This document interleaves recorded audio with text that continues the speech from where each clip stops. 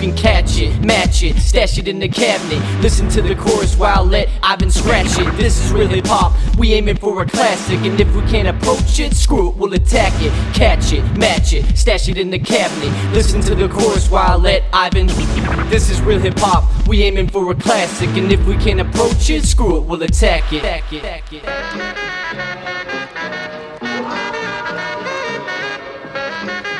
And it's no secret, when life gets hectic, I take some time out to reminisce. Hey, what's up everybody? Welcome to the Retro Wrestling Review Series, and I'm here with... Hello again everybody, I'm just a simple man, and my name is Noah Foster. And I'm Owen Finch, and today we're reviewing Noah's pick, which is Bad Blood 2004. Do you want to say why you picked this show? Because I usually let everyone say why.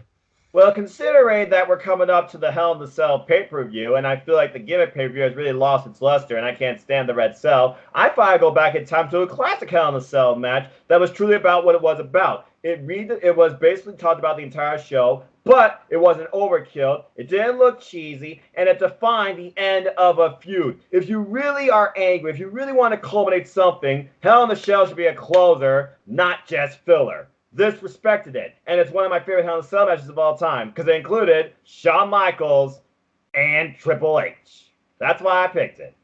And we'll get into that match later on. But let's first, we got to get to that point. We got to talk about the whole show. Which I did rewatch today. One match I forgot to tell you to rewatch is a Sunday Night Heat match, because this is basically, their version of the kickoff as we know today. Right, they didn't have kickoff back then, and shows were less than 3 hours. Yeah. Oh, the good old days. But continue. Ow, I did forget that. The commentary for throughout the whole show was Jim Ross and Jerry the King Lawler. Probably the best commentary team in the history of professional wrestling, like anywhere. Completely agree, 100%. And Jim Ross, went on to be the play-by-play guy basically until like 2008, and then he came back sporadically to WWE. And now he's the lead play-by-play guy pretty much for AEW. Yes, and Tony Schiavone's with him too. It's WCW all over again. I mean, I grew up on WWF, I'm going to be honest with you. But watching WCW courtesy of the network, because I respect Cruiserweight Wrestling, and they heavily respected Cruiserweight Wrestling, seeing that duo work off each other, and seeing it now in 2019, it's going to be something to behold. And Excalibur, of course, will be with them too. It's going to be very interesting. But again, we'll talk more about that, or at least I will, tomorrow. G-Pop. Then tomorrow, Jerry the King Lawler, basically stayed with the company until doing commentary full time until 2016, and then he basically is a part-time commentator. But now, as we found out yesterday, he's going to be pretty much, at least for the time being, full-time commentary for Raw now, which is interesting. Yeah, they said that's going to be on a need-to-know basis, though, but I guess they're not getting away from the three-person booth aspect anytime soon. Oh, well. Yeah, I think that's what everyone wanted, but starting with Sunday Night Heat, the match was Batista versus Maven. No story behind it. It was a typical, pre-show match. And Evolution won, to no one's surprise. Yeah. Basically, the whole match, Batista destroys Maven. He never gets knocked off his feet. Maven goes to go off the second turnbuckle with a clothesline, or some type of high-impact move, but Batista catches him with a clothesline and then hits the Batista bomb and gets the win. But, they were clearly building up Batista because he was like one of the Fortunate Four at that time in the Ruthless Aggression era, and he was in Evolution and everything. So they were really building up Batista, and Maven... pretty much really didn't last much longer in WWE. He left in 2005 because he was being booked to crap, and he went to TNA until like 2007, and now he just works the indie shows. I think his last one was in 2016. And then obviously Batista, WrestleMania 21, feuded with Triple H and won the world title, and basically was one of the two big superstars in the WWE that the company was being built around. Then he left in 2010 because he didn't like the way he was being used. And then he went shock Guardians of the... Actually, no, he didn't. He went and did other things. And then in 2014, he came back as a heel and basically they ruined that because they tried to make him a face, and they knew no one would like him. So then Brian. yeah, then he ended up leaving, and then he went and shot Guardians of the Galaxy. And there's actually a funny article where they wanted to cross promote it, but they didn't think Guardians of the Galaxy was going to be that popular. And yeah, pretty much. Oh boy, you really dropped the ball on that one. Yep. And then he came back earlier this year and had his retirement match against Triple H. Way too long. Yep, which was a pretty damn bad WrestleMania match. And then pretty much now he's basically just doing movies now. So there's that.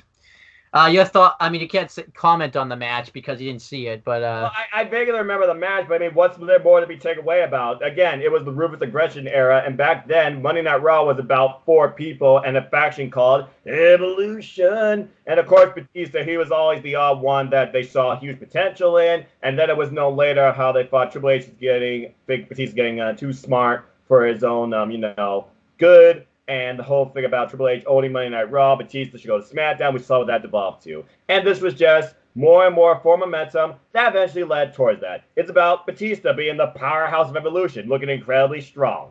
That's all it was.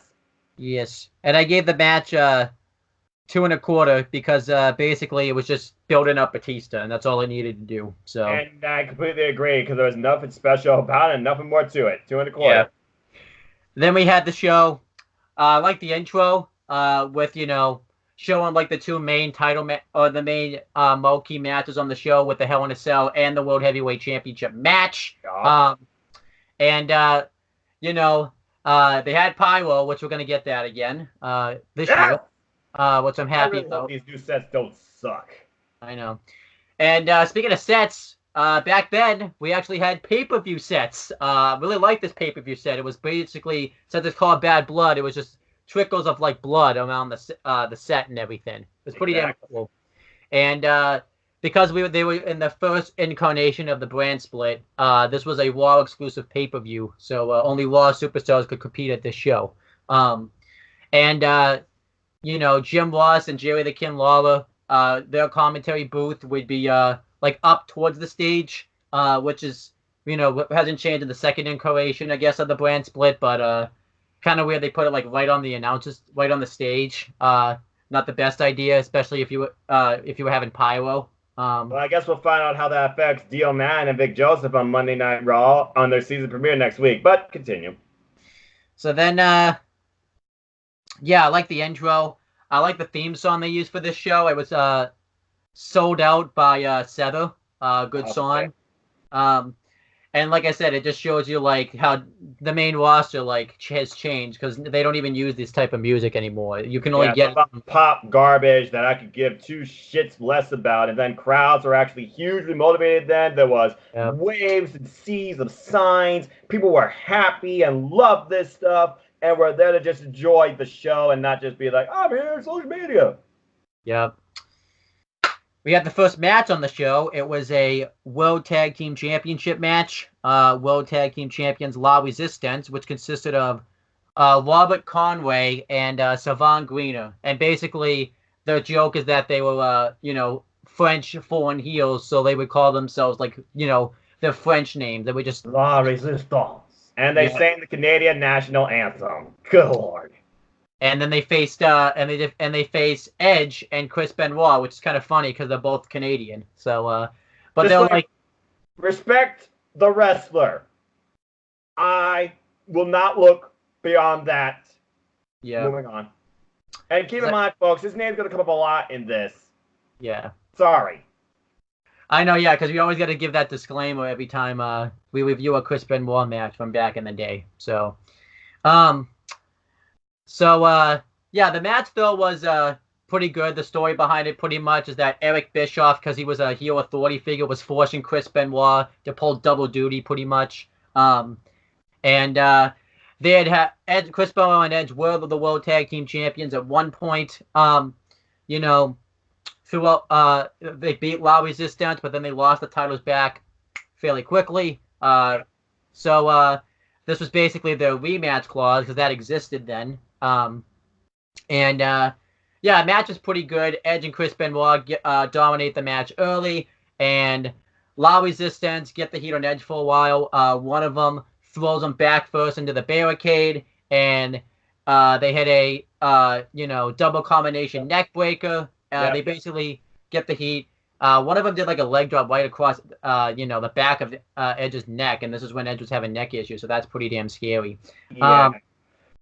And they take a cheap shot at Chris Benoit, and when Edge goes for the hot tag, Chris Benoit's not there, and Edge hits a double neck breaker, which a certain Long Island Ice Z person's kind of made famous now in his matches. Then Chris Benoit gets the hot tag, and basically Edge and Chris Benoit take the rest of the matchup, and Edge hits a spear, I believe, on Sylvain. And Chris there was near miscommunication, though, as both men were in the car like, whoa. And Chris Benoit gets the crippler crossface on him. And obviously, I know it's a lot of people can say it's hard to watch this because of what happened with the crippler crossface, but this hasn't happened yet, so there's that. And Chris Benoit and Edge are basically on the verge of winning the World Tag Team Championships. However, Kane's pyro goes off, and he was wrestling later on in the show Chris Benoit for the World Heavyweight Championship. So Kane attacks both Benoit and Edge, so they win by DQ, but La Resistance retain the titles because you can't win championships off countouts or disqualifications. And Kane chokeslams both of them, and then he throws Chris Benoit ribs first into the steps. And this actually was smart because Kane was softening up Chris Benoit for his world title match later on in the night. However, a rant I have about this is that I thought it was a waste of the tag team champions to kind of have them be booked in this match. I really wish we could have just had like two actual tag teams go at it with each other, and have a tag title match. Because I just thought it was kind of a waste. But this still, was pretty good. It's a Chris Benoit match, so he's always gonna at least give you something to watch, and you could definitely see that Edge's face run was not really working around this time because he really wasn't getting the reactions. Because I've always seen Edge as a heel, it's always weird for me to see him as a face. He's such a better heel. And ironically enough, later on, Edge would turn heel and basically become the ultimate opportunist gimmick, And he turned heel on Chris Benoit, facing the same people at Tybo Tuesday. And pretty much Edge and Chris Benoit got into that feud where Edge beat him in a last man standing match, and Edge actually knocked Chris Benoit off to win the Money in the Bank briefcase, so that's interesting. And Edge, we saw what that led to eventually at New Year's Revolution against the Elimination Chamber when John Cena successfully defended the WWE Championship, only for Vince to come out and be like, you got one more opponent. And then we birthed the Rated R era. Boy, was that fun. And the era of cheaply cashing in your Money in the Bank contract, because that's the first time that happened. At least it worked and meant something. Oh, yeah, definitely. I think Edge is... A lot of people ask and think that Seth Rollins is the best. My opinion is the best cash-in. But, it's obviously it's opinions. I get it. It's WrestleMania, Seth with the ultimate steel job in the main event of WrestleMania, triple threat, blah, blah, blah. Yeah. And then, unfortunately, we know what Chris Benoit is. We don't really need to say. La Resistance really didn't last much longer together as a team. Sylvain Greener went over, I believe, No, he didn't go over to SmackDown. That's somebody else I'm thinking of. I forgot. Names eluding me now. Yeah, those guys, they didn't really do much more in WWE beyond their tag team championship standpoint. But you would think that NXT trying to do something with La Litanes, you think they wanted to bring back these two. Yeah, but Rob Conway went on to become I don't know if you remember the whole "Just Look at Me" theme song days. That was a thing. Jeez, that era. And then he became he wrestles indie shows now. I believe he actually got he became a trainer, like a guest trainer in the Performance Center. So that's actually interesting. And he still wrestles indie shows. I think you might be right. I mean, they did bring a lot of people back. I don't recall though. And then Sylvain Greener also just still wrestles indie shows. So that's the common trend when you come to get if you're a wrestler you're either going to be doing podcast, chilling, or indie shows. We've kind of come to notice. So I thought the match, though, was pretty good. I gave it 3 1/4. And that's all I have to say. What do you think of this match and everything?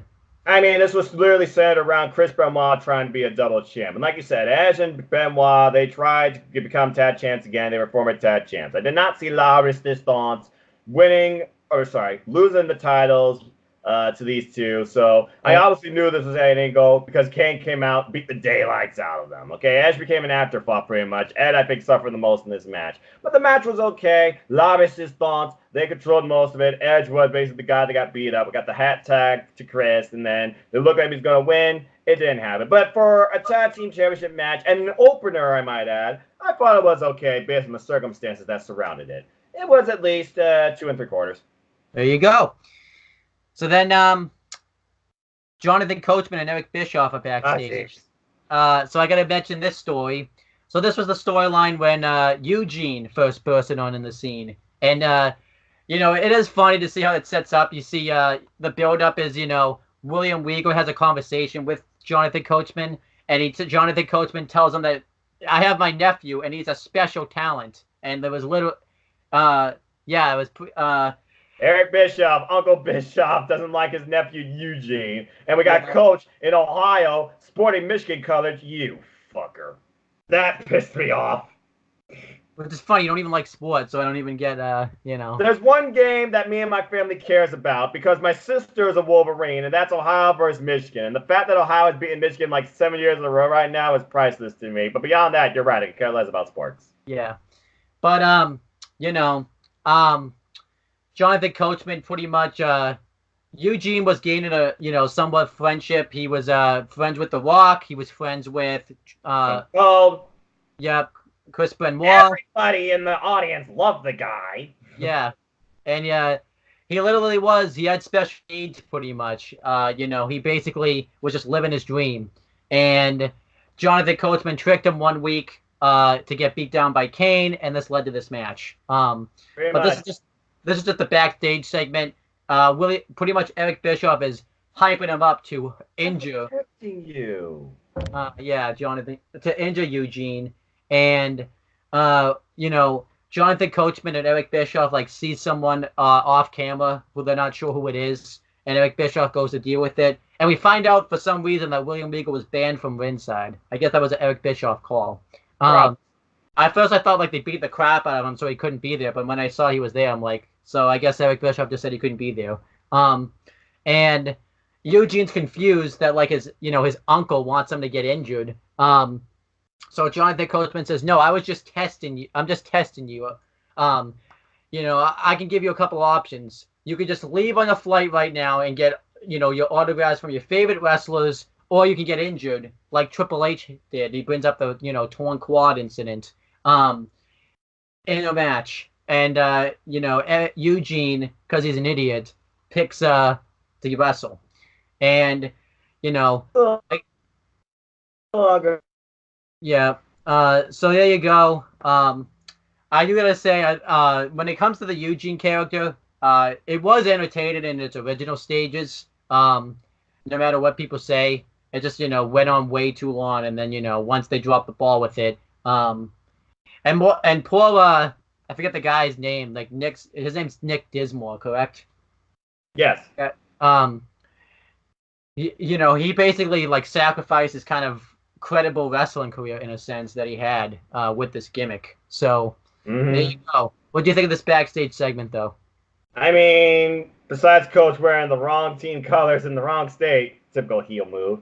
I thought it was funny. We already know how Eric Bischoff truly feels about Eugene. We already know how much Coach is a man of his own height. And Eugene, he's just a guy that loves to wrestle and wants to wrestle. And he's just confused and doesn't know exactly what to think right now and what's going on and how his Uncle Bischoff tries to console him. I thought it was pretty amusing. But Come on. Eugene's not going to not wrestle, all right? Yeah.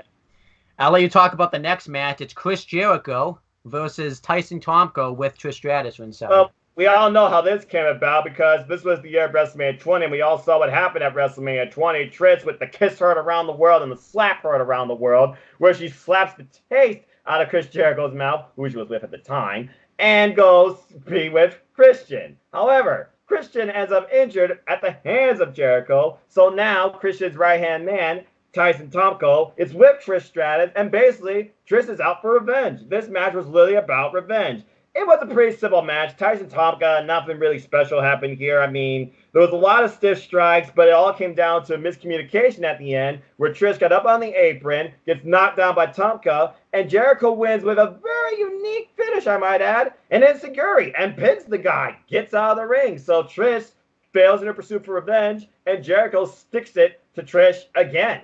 Pretty short, sweet, simple match. I mean, there wasn't a lot to take away because it was a sleeper hold spot where Tomko had Jericho, but the crowd was getting behind Jericho here, and Jericho had the longer hair and the purple-orange type Titantron countdown.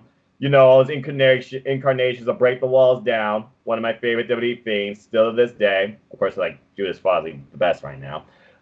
Anyway, and it was a pretty fun match. We got all the typical spots from Jericho. And by the way, Jericho, he was fighting in this match from bruised ribs after Tom got put him through the announcer's table earlier before the pay-per-view started on Monday Night Raw. So good selling of the injury there, and Tomko was focusing on the injury as well. A pretty simple match, though. I kind of saw the outcome pretty obvious to me because it just didn't seem like Tomko is the guy capable of beating Jericho. Yeah. I gave it 2 3/4. And we all know what's happening here. Trish Stratus, she fought her recent last match at SummerSlam, I saw live, against Charlotte. I thought it was one of my favorite matches of the night.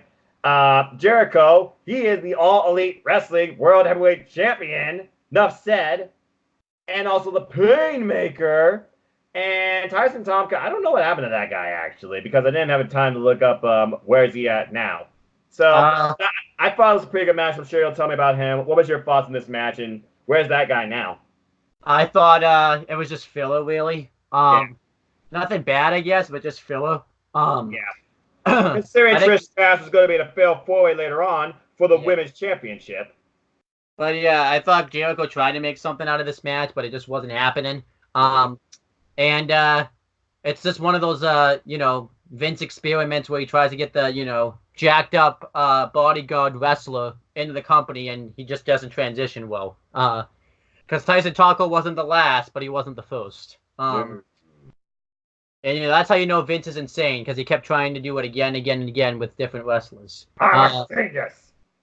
Jericho, I actually didn't expect him to win, because I know how Jericho loves to put people over, in a sense. So I thought he was going to do the same with Tyson Tomko. Thank God he didn't. But yeah, Jericho winning makes sense. Ironically enough, this set up the blow-off match that Jericho and Christian had for the vacant IC title at Unforgiven 2004. And as with Tyson Tomko is, he basically is also working the indie shows. He left in 2005, and then it was an Impact in TNA in its early stages in 2006 to like 2008, I think. And now basically he just works the indies. And obviously and like I said, it's still crazy. Like, if you watch Chris Jericho from 2005, I guess 2004, it's a completely different Chris Jericho that we see today. It's crazy. 50 years, and the guy is still the GOAT. Yep.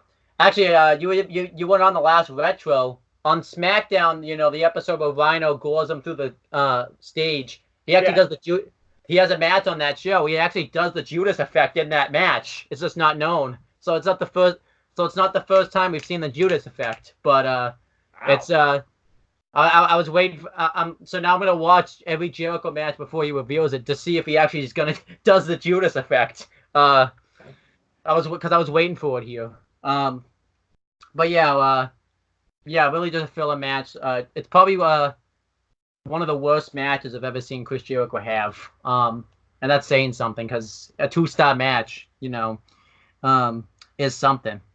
Yeah. So then next, Randy Orton gets interviewed, and I got to break the story because this all ties in. So this is when Shelton Benjamin basically was drafted over to Raw, and he started his singles push, and he actually was doing fairly well. He beat Triple H twice, and he got a clean pinfall victory against Triple H. He beat Ric Flair. The only one he never really beat was Batista, but he had a couple of pinfall victories. against Randy Orton. So this earned him an Intercontinental title match on the show. And basically, the rocket ship was just, it looked like being pushed right up the ass of Shelton Benjamin. And then he hit the concrete ceiling. Randy Orton gets interviewed, and he brags because it's half a year since Evolution debuted, and that he won the Intercontinental Championship at Armageddon 03. And he brags that he's the Legend Killer, but he hears the fans booing him, so he basically acknowledges it. Yep, and goes in the crowd. This was way better than your generic interviews today. And he basically said, "You are looking at true greatness." I thought it was weird, though, that moment where he was in the front row and he just looked down at the woman that was looking up at him. That was pretty damn awesome. Yeah. And this promo is pretty significant because anytime you go and watch a Legend Killer Thin, he even says, "My name is Randy Orton. Get a look at greatness." So it's a pretty famous promo. And he basically says that everybody in the crowd tries to fight to be Employee of the Month, but since he's Randy Orton, he doesn't even have to fight to be Employee of the Month. He just look at real greatness.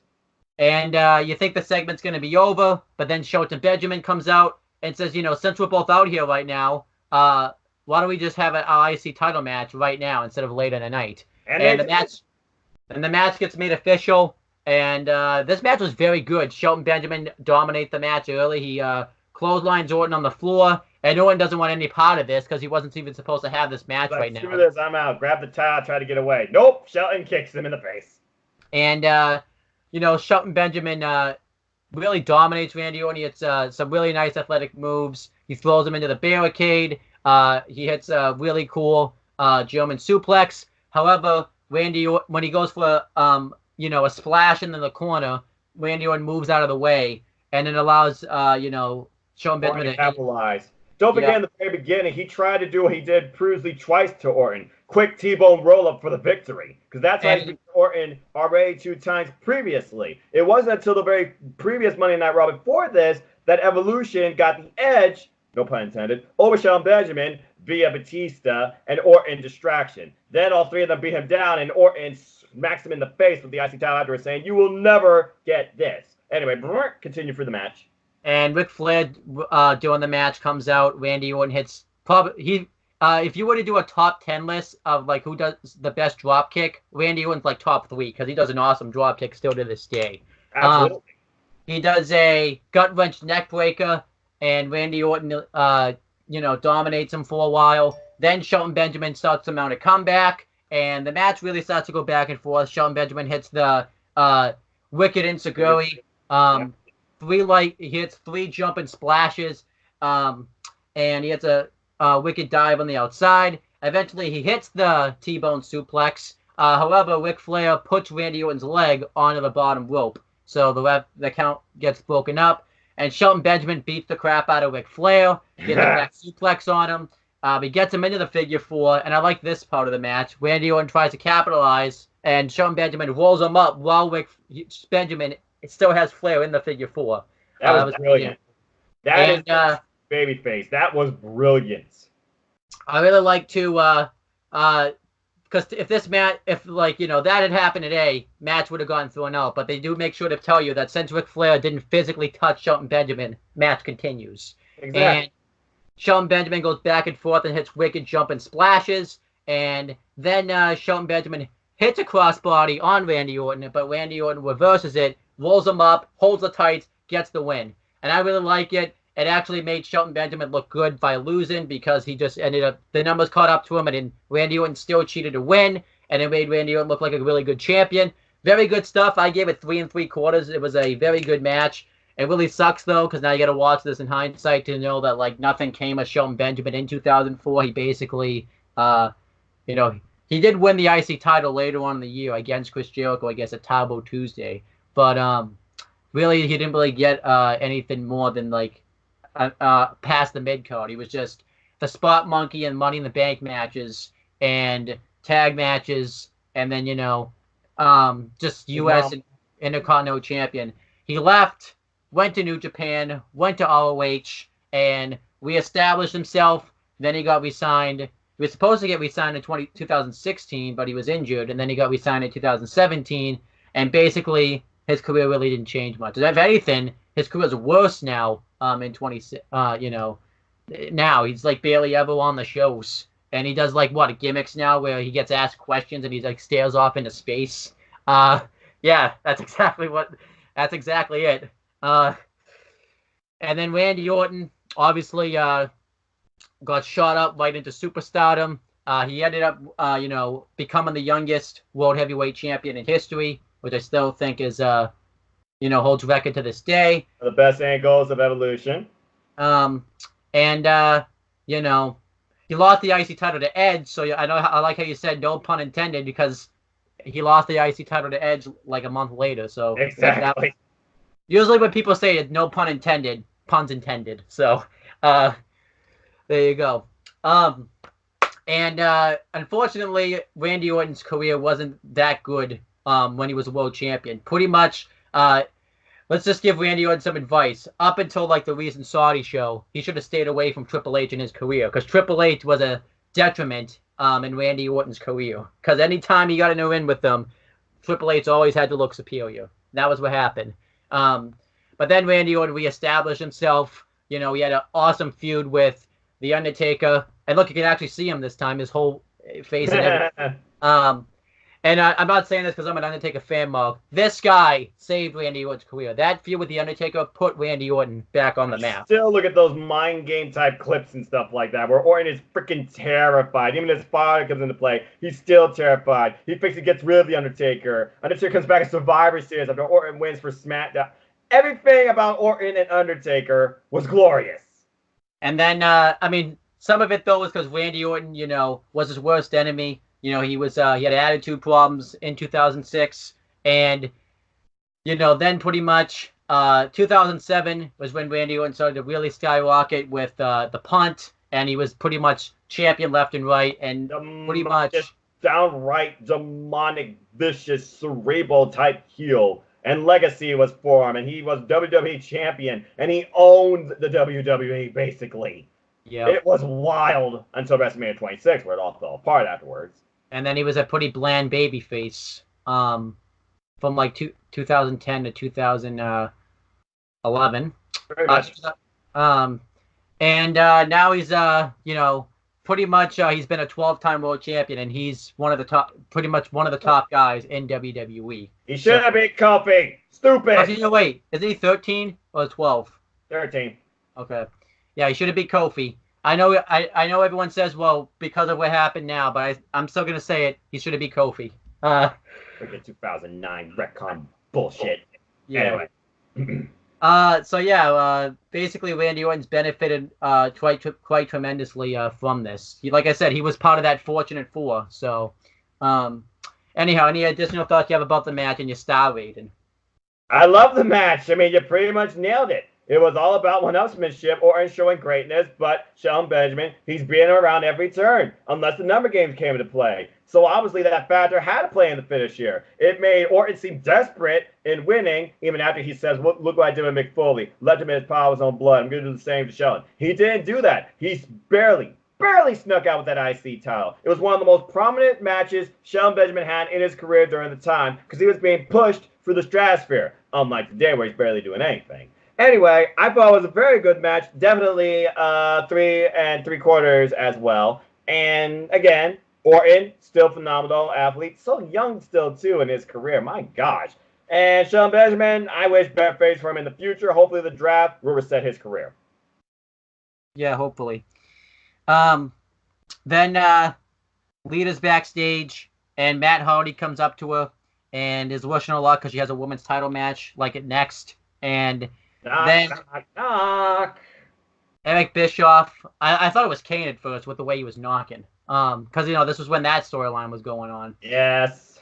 And then Eric Bischoff comes up, and he doesn't want Matt Hardy to interfere in the World Heavyweight Championship match between Chris Benoit and Kane, because Kane was stalking Lita around this time. Yes, that was a thing.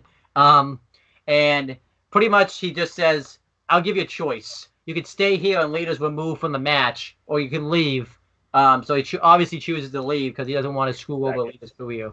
Yeah. Honestly, it's funny because if he had stayed, because Lita and Edge screwed over his career in a sense. So He could have gotten the first jab and screwing over her career, but he leaves. And you do question, were Lita and Edge seeing each other around this time? Probably not, but still, it would have been funny. Because they're both on the show. I don't think even WWE Confidential will ever tell us the truth behind that. No. So yeah, fine stuff. We can just say real quick, because we don't see Matt Hardy again throughout the show.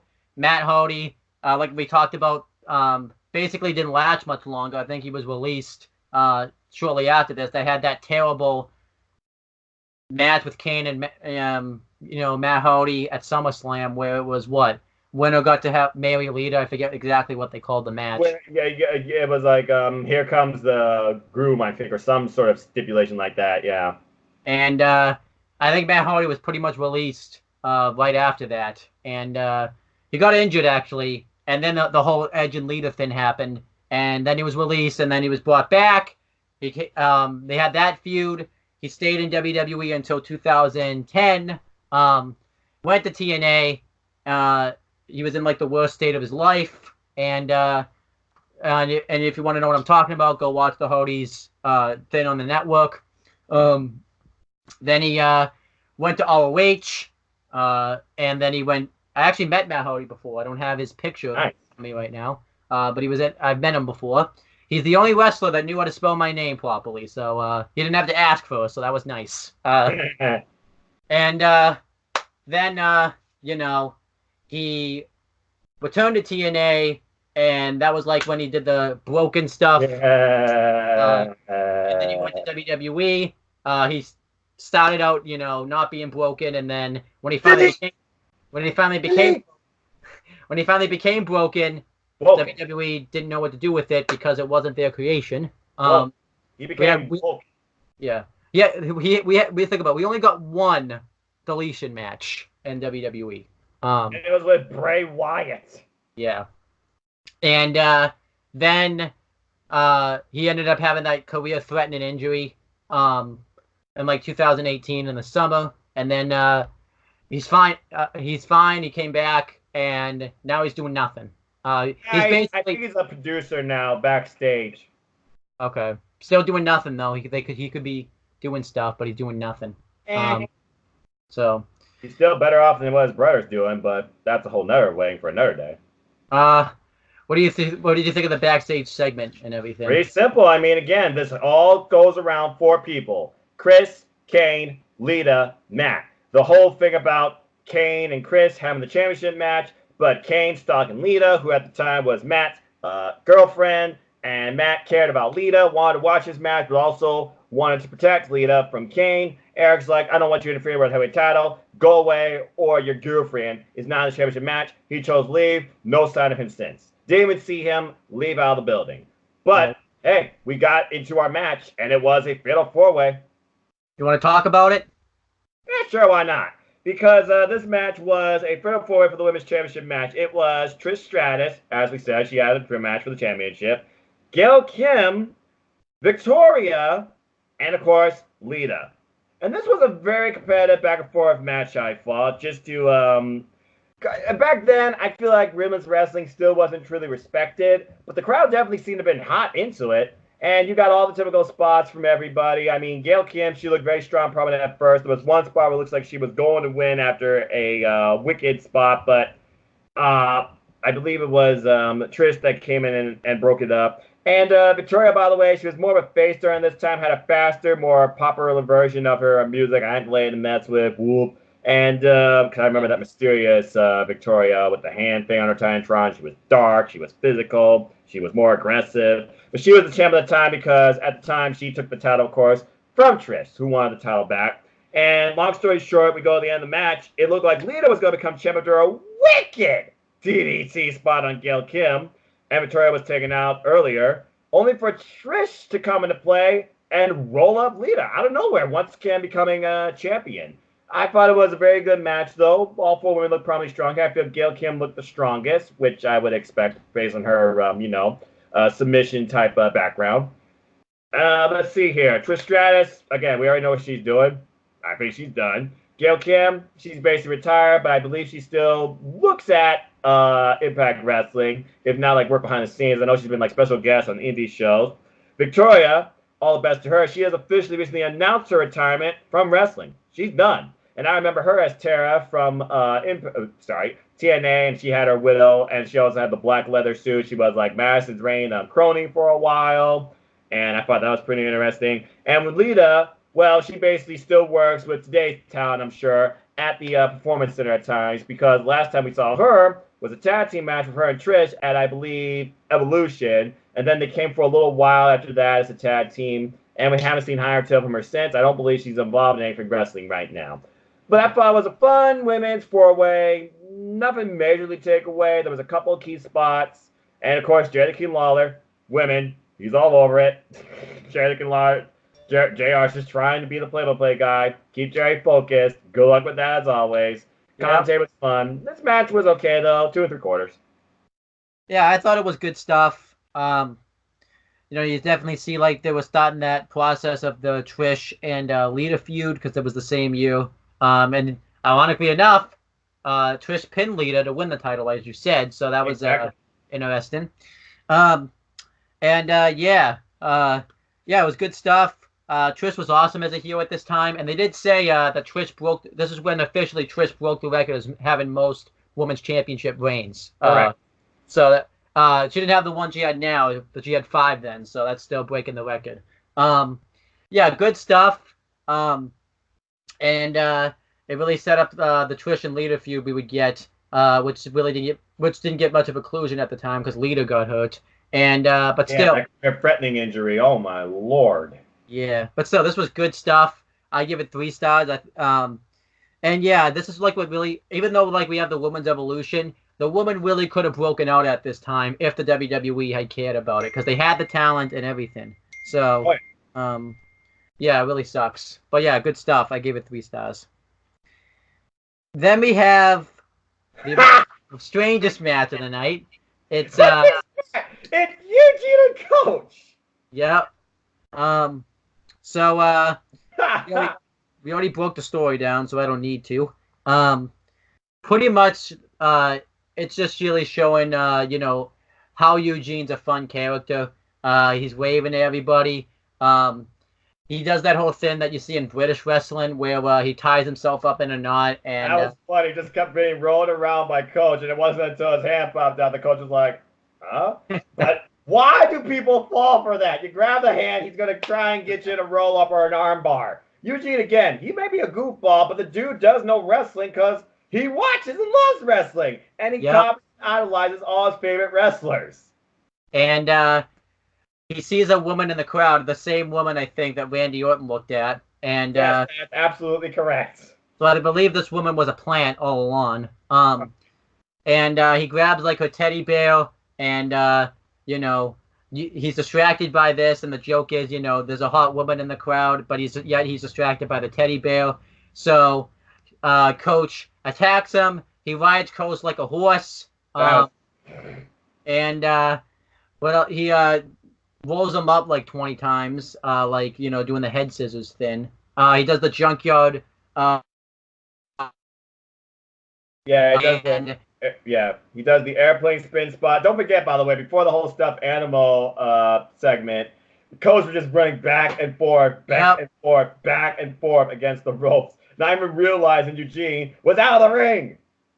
Yep, and eventually Coach realizes he's getting his ass kicked, so he has to outsmart Eugene, which isn't very hard. So he sends out like a beautiful woman, who I think they said was on a diva search. With like a plate of cookies, and the joke is like Eugene only cares about the cookies, not the woman. So he goes for the cookies. A little kid in the audience, and then he eats another one, and then Coach just literally whacks him in the back, and then the cookies go flying everywhere. Much of the crowd's going like, ah. Yeah, cookies got over in WWE somehow. Then eventually, Coach gets somewhat of offense, but not enough. Then he does the airplane spot, and Ghost and Cade comes out and tears the bear off, and he tries to hold Eugene back so Coach can take a cheap shot at him, but he ducks, and Eugene hits the Rock bottom! the Eugene bottom into the people's elbow and gets the win. And afterwards, he hits a crappy stunner on Ghost and Cade. And I think it was supposed to look crappy because he doesn't really know how to wrestle. And he does the same thing to Coach. And William Regal comes out and celebrates with him afterwards. So, yeah, that happened. And technically, this match is bad, but it's just entertaining. Sometimes in wrestling, you got to have your entertainment, and this match. It was its own thing. It had its own time, and you knew it made sense based on who was involved. This wasn't stupid 24/7 shenanigans that took away from something that should have been in place. This was a great spot in the card, and it didn't take too long either. And everyone loves Eugene. Fun little match. Simple, right down the line. 2.5. And Coach, basically, this is, for some odd reason they tried him out in a wrestling role, and basically he phased out of it, went on to become like the GM of Raw for a short period of time. Then he became the SmackDown commentator in 2008, but then he left for SportsCenter, and he was there until like 2018. Honestly, unpopular opinion, he stayed there because he was, he came back in commentary and he just really wasn't good. He was terrible. I mean, he didn't even call himself a journalist, all right? I mean, if you're a commentator, you're supposed to be a journalist. The biggest thing that got over in Coach's mind when he came back is, I got one word for you, and this is my word of the hour. And now he's back as being the kickoff guy, and he botches that. Why is this guy in WWE? Exactly. Eugene, his main, pretty much, and that's the thing. Like, Eugene was over, but I don't think he was over enough where it worked. Because he didn't have definitely the big pops and everything. Eventually, he lost to Triple H at SummerSlam, and that pretty much was the end of his push. He also got his head shaved years later, thanks to a WrestleMania 23 build spot between McMahon and the guy who will be renamed. But don't forget, he's a part of our favorite fun segment at WrestleMania 23 too, with Crime Time too. So I'll give you that, because it did lead to Ron Simmons saying "damn," and I always look forward to that. All right, I'll give you that. Then it was released in 2007. He made sporadic appearances in 2009. He went and guest hosted and trained at the Performance Center for a bit, and now he runs his own. Now he runs his own wrestling school and mini wrestling promotion. So pretty cool for Eugene. But like we said, if you actually go and watch the documentary, you get to see Eugene out of the Eugene character, and it's crazy how intelligent this guy is. It's the most intelligent person on the planet. Probably had to pretend to be someone that was an idiot, pretty much. It's kind of like the trial of Eric Bischoff, where you look at Maria as just a balloon-headed dummy, and she speaks like a freaking Harvard graduate. Yeah, so it's weird. So then we had the two main matches next. First was the World Heavyweight Championship match. World Heavyweight Champion Chris Benoit versus Kane. This is when Chris Benoit was, at the height of his main event push. He had won the Royal Rumble. He won the World Heavyweight Championship at WrestleMania. And obviously, Chris Benoit, unfortunately, and I'm not just saying this because of everything that happened, Chris Benoit's world title reign itself, we referenced them earlier, it's a lot like Kofi's. Where Kofi's is a different story, but it's the same thing where, he finally won the world title, and the reign wasn't as exciting as his chase. His matches are better than Kofi's. We have to give it, and that's not even a question. But he falls in that same category. We should just give WWE this advice: the chase is better than the reign itself. Anytime someone has this big chase, they should lose. Take the NXT motto. I always use these two as an example. When Sami Zayn finally won the NXT Championship, he lost it 2 months later. Same thing with Johnny Gargano. He lost his a month, not even 2 months later, a month later. Yes. And think about it. Their reign didn't get stale. And I think that's where the main roster struggles, because they struggled here with Benoit a little bit. even Eddie Guerrero, even though Eddie Guerrero had to drop the title because he had no heels to wrestle, he lost the title quickly right after he won it. So just kind of advice. But the match, one that was able to keep up not only with the chase but with the reign because he changed himself 100% and they rode with it was CM Punk. Yep. So that's interesting. But that reign even itself has problems that's out of Punk's control. You know, that he never main evented any shows or anything like that. Well, that wasn't Punk's fault. Yeah. So, yeah. The build to this match was Kane won a battle royal, and Kane was sick of like being in the darkness. He wanted to win the world championship and help himself shine. And the whole story of this match was Chris Benoit, you know, could technically out wrestle Kane, but you know, he couldn't overpower Kane. So they do a thing on Raw previously to this where he tries to get Kane in the crippler crossface, but he powers out of it and choke slams him. And he like pinned Benoit coming into this match. And then, you know, we have that earlier thing in the night where, you know, Kane took out Chris Benoit. And that's one rant I have about the match, is that they didn't tie in to that attack really at all. Chris Benoit didn't come out selling his ribs or anything like that. So that was kind of weird. But the match, the match itself, though, was still good. Chris Benoit hits wicked knife edge chops right away.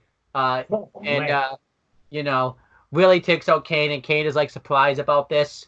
And Kane consistently overpowers Chris Benoit. He throws him into the steps. He hits a big boot on him. Hits a wicked sidewalk slam on him. But Chris Benoit, a lot of the match is tied into him trying to technically out wrestle Kane. He goes after his leg. He tries to get him into the sharpshooter, but Kane powers out of it. He does the same thing, tries to get him into the crossface. Kane powers out of it. There you go. Couldn't do it. And he throws Kane into the steel post and tries to get him counted out, but Kane gets back into the win. And eventually he does get the sharpshooter on him, but because Kane is so big and strong, he's able to get to the ropes quicker than normal. So he goes for the diving headbutt, but Kane sits up at first. And then twice in the match, by the way. Yeah. Then Kane hits it. Then he eventually hits it on Kane, but Chris Benoit. And like I said, it's still cringy to watch him do the diving headbutt because, you know, that kind of is what leads to his death. Focus on the show. Just focus on the show. Yep. And then Kane sits up though this time. He gets into the crossface, but Kane counters it into a choke slam, and Chris Benoit kicks out.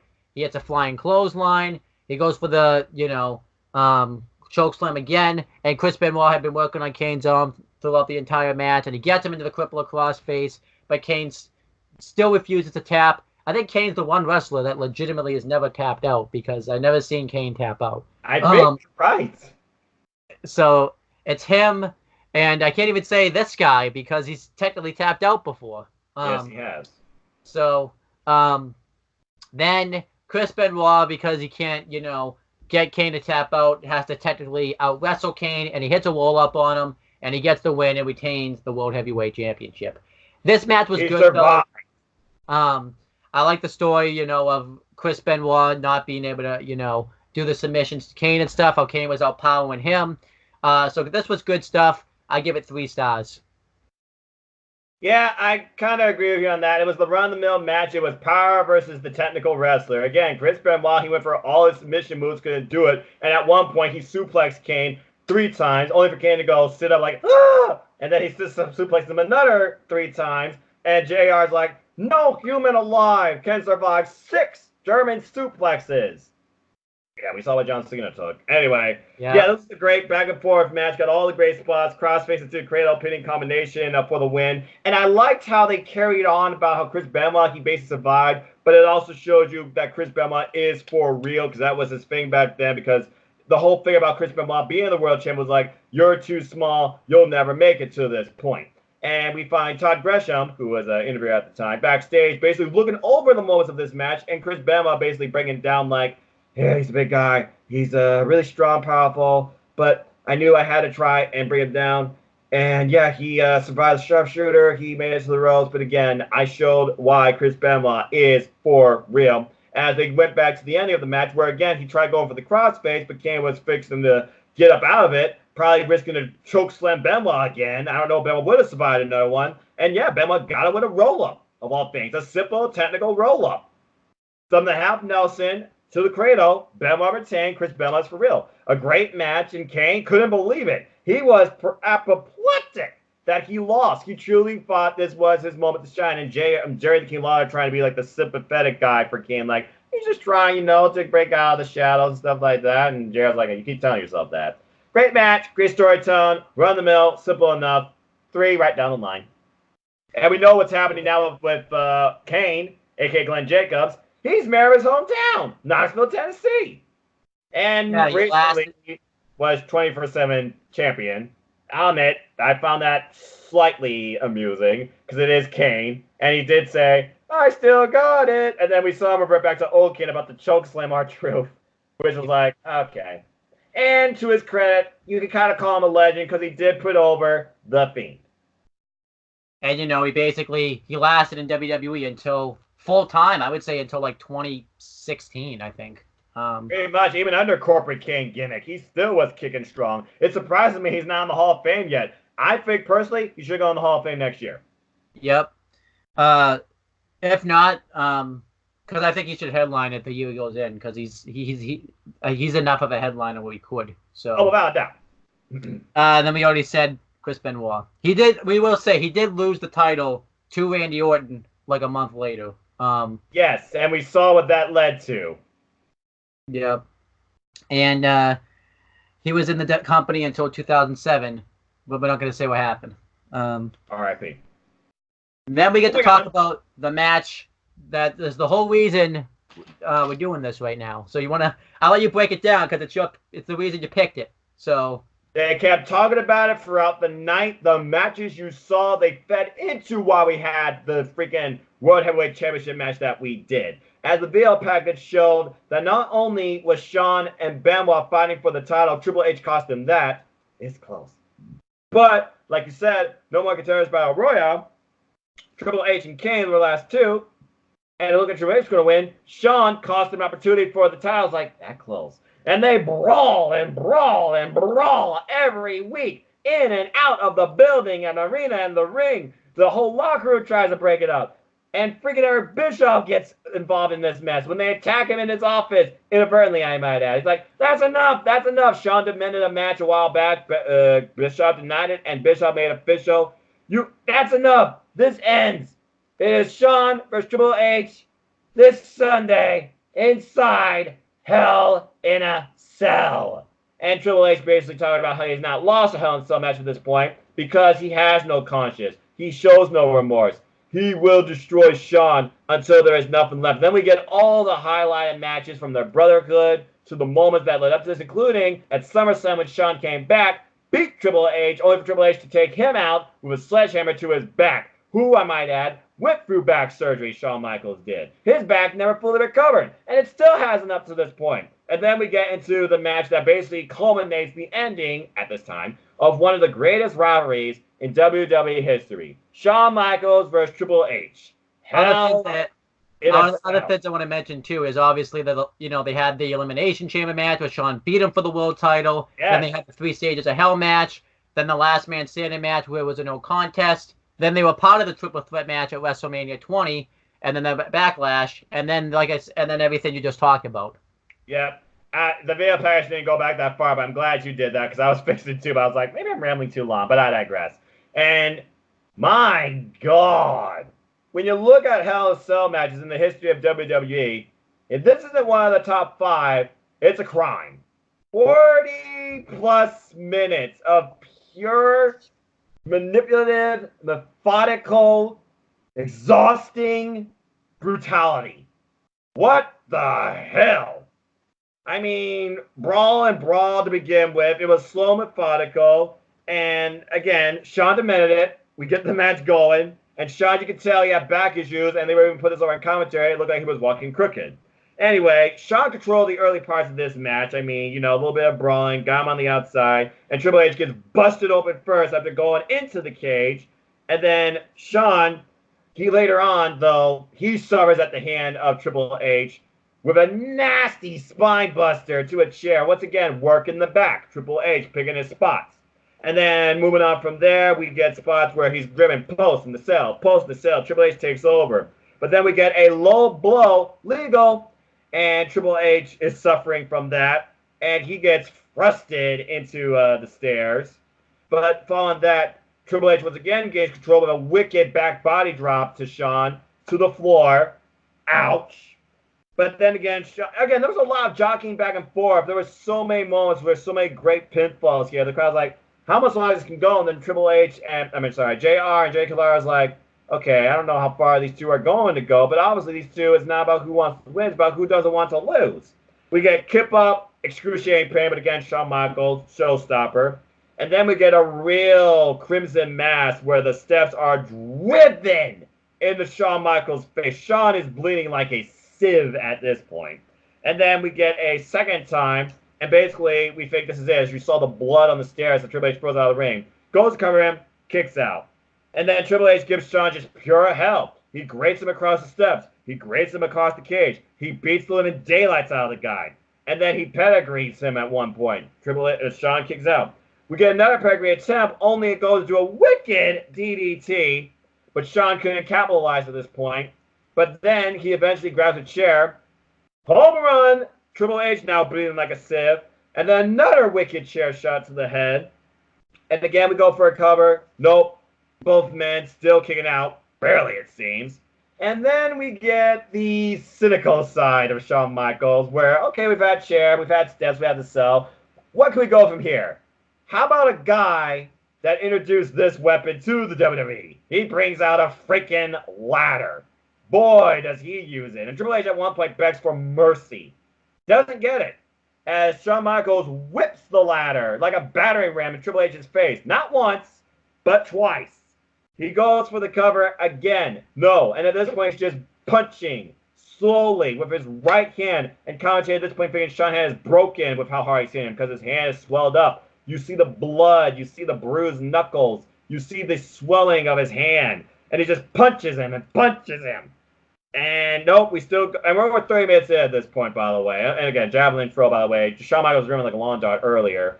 And the two are just beating the dance out of each other.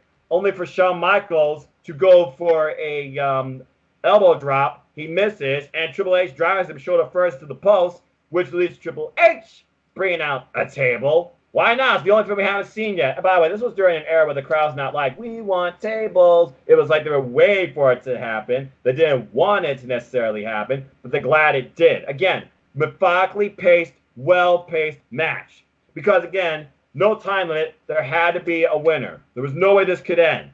Anyway, Shawn Michaels, though, he gains the advantage, and he just slowly just beats down Triple H again, gets him on the table, puts the ladder up in the corner, throws him through that, wheelbarrows him actually into the ladder. He gets wheelbarrow and thrown the ladder 3 times. And Shawn drops a wicked elbow through Triple H, through the table. You think this is it. 1, 2, no! He kicks out again! We got both of these men literally picking up each other, wearing away on each other. Both men on their feet, barely it seems. And Triple H pedigrees him out of nowhere. Took forever to capitalize. He drapes the arm. 1, 2, no! Still not freaking over. Both men slowly getting up again. Oh, there it is from downtown. The sweet chin music out of nowhere. Both men down. Shawn Michaels slowly dragging his body to the cover. 1, 2, no! Another kick out. Both men literally barely stirring. And they're slowly picking each other up. Triple H gets one wild shot in, downstairs it seems. And eventually, it leads to, not the second, not the first again. Sorry, I'm going backwards, but I don't care. That's how much I care about this match. The third emphatic pedigree drops Shawn Michaels. Triple H is dead weight. And we finally see him slowly slowly trying to shift his giant, beefy body over just to drape an arm in the cover. Shawn is motionless. He does it. 1, 2, the end. Triple H finally wins this godforsaken war inside Hell in a Cell. We see the carnage. We see two body completely destroyed, left unconscious, not moving, and JR gives us the time of 47 minutes, 26 seconds of pure hell and carnage. Both men not even moving, but the ref still lifts Triple H hand. Winner. Eventually, Evolution comes in. They get their leader out, leading by example. Of course, McFair still insulting Shawn because, they're his player in the game. And finally, Triple H is dragged by his evolutionary cohorts up the ramp to the back. And commentator putting over the fact, I don't think Triple H knows he even won yet. And Shawn Michaels still laying there, unconscious, not moving at all. We just get Triple H music, even rewinding, that's how long this went. This went over like 4 minutes. We see some of the highlights. And we end the show with Shawn Michaels finally opening his eyes, moving a bit, standing up somehow by the grace of God underneath his own power with a standing ovation from the crowd. And that is the end of this rivalry. What a closer. What a match.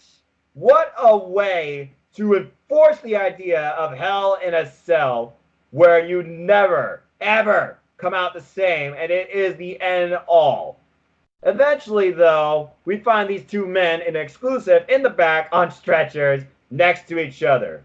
Brothers brought through blood, sweat, tears, and pure brutality. Hence why we have one of the strongest friendships today in Shawn Michaels and Triple H, who now work coherently in NXT, the best thing in WWE today. This match was everything it should have been. 5 stars easily. Simple as that. I didn't give it 5, but I definitely think that it's a great match. It is great stuff. My only complaint is I thought it went a little too long. I thought, we could have cut down maybe 10 minutes or so. Well, again, there was parts where the men were unconscious, but you couldn't stop the match. And again, the crowd, they never stopped getting into it. At one point, you could hear the crowd showing maybe concern. You just hear the muttering at this point. Again, this wasn't about, oh, okay, I'm going to hit you, and then I'm just going to get back up again. It wasn't like, kayfabe be damn, not son. These two beat the shit out of each other, and they sold it because it did slow down the pace of this match.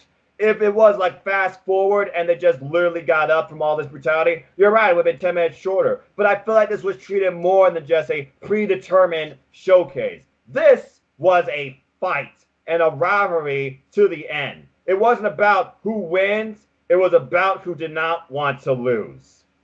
I give it 4.5 though. Still great stuff. And then obviously too, it's sad to watch this match back. Just because, this is everything that Hell in a Cell should be. Not a pay-per-view every month. Ending a feud. Every year. Yeah, every year, right. Ending a personal feud. And, doing it at the right time. Legitimately, the last time, time we had a Hell in a Cell match that was like that was Triple H versus The Undertaker. I know you're going to say Shane, but that one doesn't even count. Fuck that. Don't say that. WrestleMania 28. You nailed it. Yeah.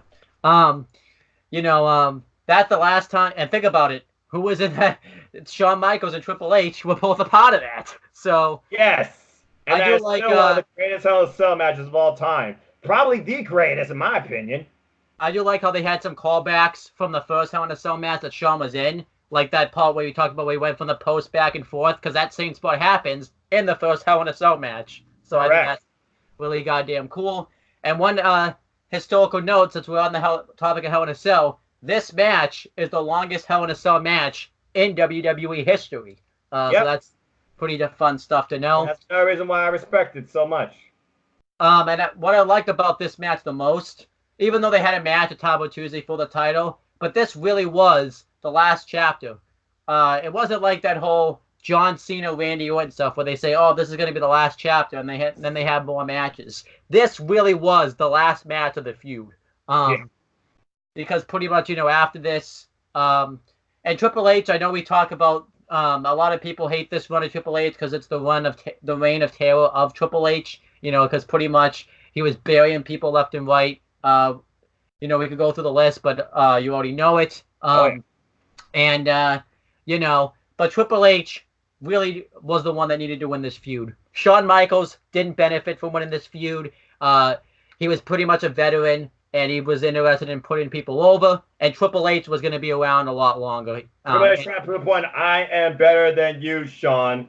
I don't need you. I don't need the past anymore in my future. You need to be removed from my present.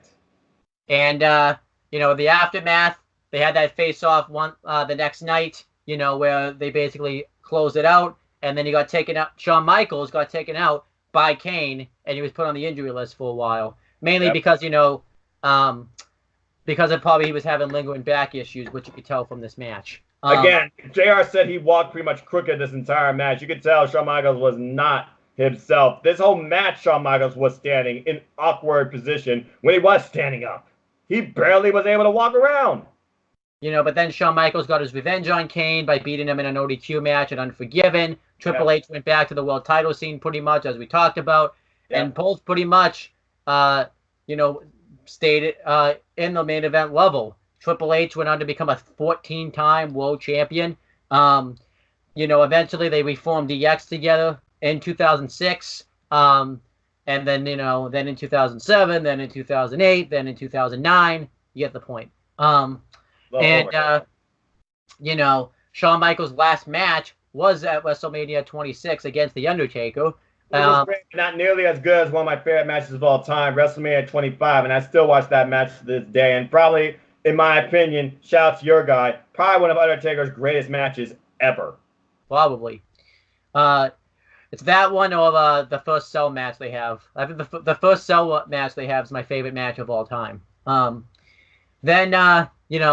Even though Shawn Michaels retired, we would still see him sporadically, and he was basically part of that 4-year arc of storyline with Triple H, Shawn Michaels, and The Undertaker, and we talked about that at WrestleMania 28 review. And then, fortunately, Shawn Michaels' last match we have to think about is that name redacted, country redacted. Country redacted. Yeah. And then Triple H is still wrestling part-time. So there you go. He's, like I said, they both went NXT together. And I want to think that they're part of the brainchild of the Johnny Gargano-Tommaso Ciampa feud. Because if you look at that feud, it's a lot like their feud that they have themselves. Johnny Gargano, Tommaso Ciampa, Johnny Gargano, Adam Cole. I think even Johnny Gargano versus freaking Andrade Almas. Johnny Gargano is like what you would think a modern-day Shawn Michaels would be. There's no doubt in my mind Johnny Takeover was created through the friggin' inspiration and ideas thrown by Shawn Michaels. There's no way Shawn Michaels has not been involved in what we've gotten from Johnny Gargano. So, great stuff. Even the commentary was very on point in this match. I like it a lot. Unfortunately, though, we're not going to get a Hell in a Cell match this good in a week. Sasha Banks and Becky Lynch are going to try, but it's not Hell in a Cell. Let's be honest, it's really not Hell in a Cell worthy. Let's just hope they let the cell lower, or it's already lowered, and we don't get the stupid pre-match table angle like we got with Sasha and Charlotte in the very first ever Women's Hell in a Cell match. That really sucked. And don't get me started on the table spot. I am the table. Yeah. And then, it's not the Bray Wyatt Seth Rollins match should be different than this, which we'll talk about when we do the preview. But this was great stuff.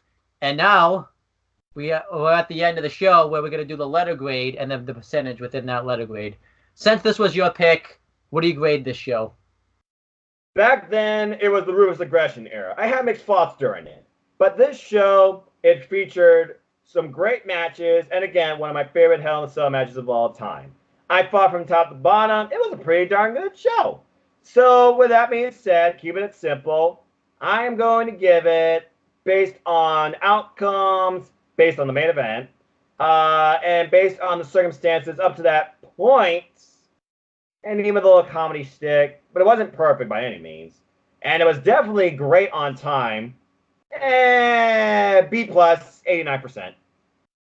I'm gonna go. I thought it was a good show. You had some good matches in there. Like I said, short time. Main event was great. I'm gonna go really good show. I'm gonna give it a B, and I'm gonna go 86%. Okay. So there you go. But yeah, that's your retro pick. And look at we picked this perfect because it was a day you didn't have to work today. So Hey. that's exciting. Let's hope we can keep it that. Let's hope we can keep it that way every time it's your pick. So we have to wait and see. But now it's time for the next pick, which is my pick. All right, what do you got?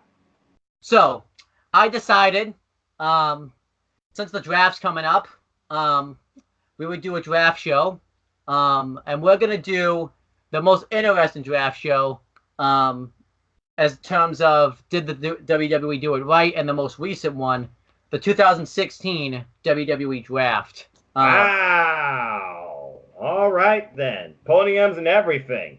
Mick Foley, Stephanie McMahon, and Shane McMahon and Daniel Bryan, back when Shane was tolerable, and when the WWE really tried to go into a new era of brand exclusive splits and brand competition to see who could have the keys to the kingdom.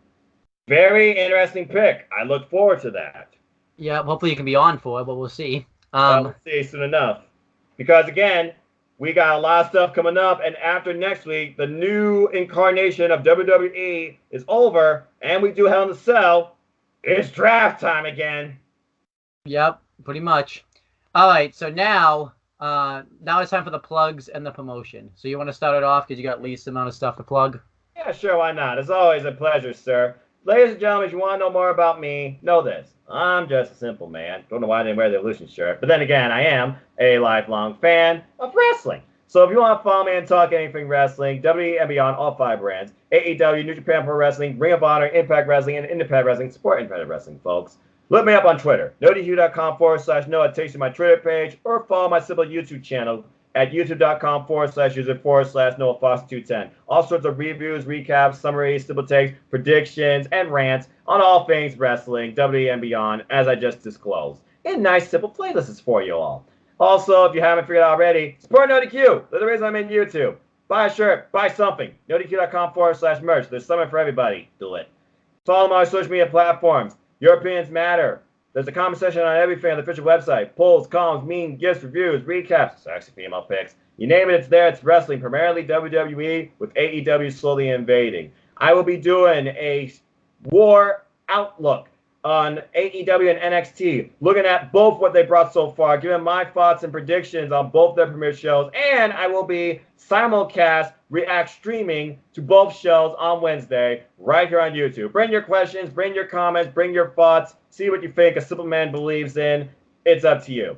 And as always, I like to close. Support your wrestling outlets, but big and small, and let's keep growing this incredible, diverse wrestling community together. Elite and beyond. Simple as that. As for me, you can check out this channel for all your wrestling content. You're gonna get basically like 4 days straight of content. You have in this video, at least it's gonna be recorded. I don't know when it'll be up. Sorry, some of the videos you're gonna see are very dated because James He-Man Hebert's working on an intro, and he's trying to balance school and that in between. So hopefully, you'll see some videos up. The video you should see is the rundown we did with the review of me and Noah did with the first episode of NXT Live on the USA Network, as well as some 205 Live and NXT UK reviews. And we actually reviewed Main Event on the show, so you guys would be excited for that. Noah's not very excited about it, so there you go. You know what? It was super short, so I'm just over it. Moving on. But yeah, as for stuff coming up, and then you should see a retro on WWF SmackDown August 9th, August 9th, 2001. And then this video, then you're going to see the state of the AEW address. Me, Noah, and like whoever else I can get on, I'm gonna do a state of the AEW address. Pretty much talking about everything that's going on thus far with AEW and what we think of it. We're gonna preview the first week, the first episode in like the first few weeks of AEW, and we're gonna preview the tag team tournament. So that should be a lot of fun. And that's tomorrow. Sunday will be a wrestling rundown. I think it's gonna be like me, James, and Noah. We're gonna review this week's 205 NXT UK and NXT, which is gonna be different because this is the last current incarnation of those shows, because 205, we don't know what that's going to look like. It's going to be on Fridays now. Holy vey. And then NXT UK is going to Thursdays. I don't think anything much else is going to change on that show other than that, Except Thursdays is now my NXT day officially. And then, NXT is now going up head-to-head with AEW. Then Saturday... that's Sunday. Monday, me and Chris Dodd and whoever else can be on are going to do the rundown on the main roster stuff. And then basically the future of the channel is going to change because AEW will be up and everything's going to be, everything. Basically, you're going to have a busy month of content. So what a time to be a wrestling fan. You cannot be more excited than 20 years later after 2001, it seems almost. Oh, sorry, I'm doing math wrong. But anyway, 2019. What a year. A rebirth of wrestling, it seems. And Impact Wrestling's on Access TV coming soon. On Tuesdays. Yeah. Then check out the CM Brothers channel. Me and my cousin finished watching season 1 through 5 of Red versus Blue, and we did the whole thing. And we're gonna in a couple of weeks be coming out with the Blood Gulch Chronicle review series, where we're gonna review the whole chronicle in one video. And then the goal is by the end of the year to get to season 8. So that's the goal. And we're coming off with a 400 video on that channel, so that should be exciting. And then, on the Talkinator channel, you're going to see a lot of videos on there. Halloween theme reviews, since Halloween's coming up, makes sense. And Breaking Bad season reviews. This weekend we plan on getting season 3 done, and preparation for the movie coming out. So there you go. You should really quote Aaron. You should really put those on Twitter and tag Aaron in that, because he is one of the biggest diehard Breaking Bad fans I know, and he's going to see that movie too. Oh yeah, I did hear about that. And that's pretty much it, guys. We have nothing left. Actually, I have this since I can show it off. I have the season 3's DVD right here that I'm gonna watch. So there it is. But yeah. So yeah, that's pretty much it, guys. And we have nothing left to say. Thank you for watching, and we'll talk to you guys later. Have a good night, folks. We doing all the classics, you heard it, then I grabbed it. Flow like Method Man, then run like I'm Rabbit. Soon as I hear the bass line, it be my FaceTime. Music's in my veins, so just in case I'm without my iPod or a media player, I'll check my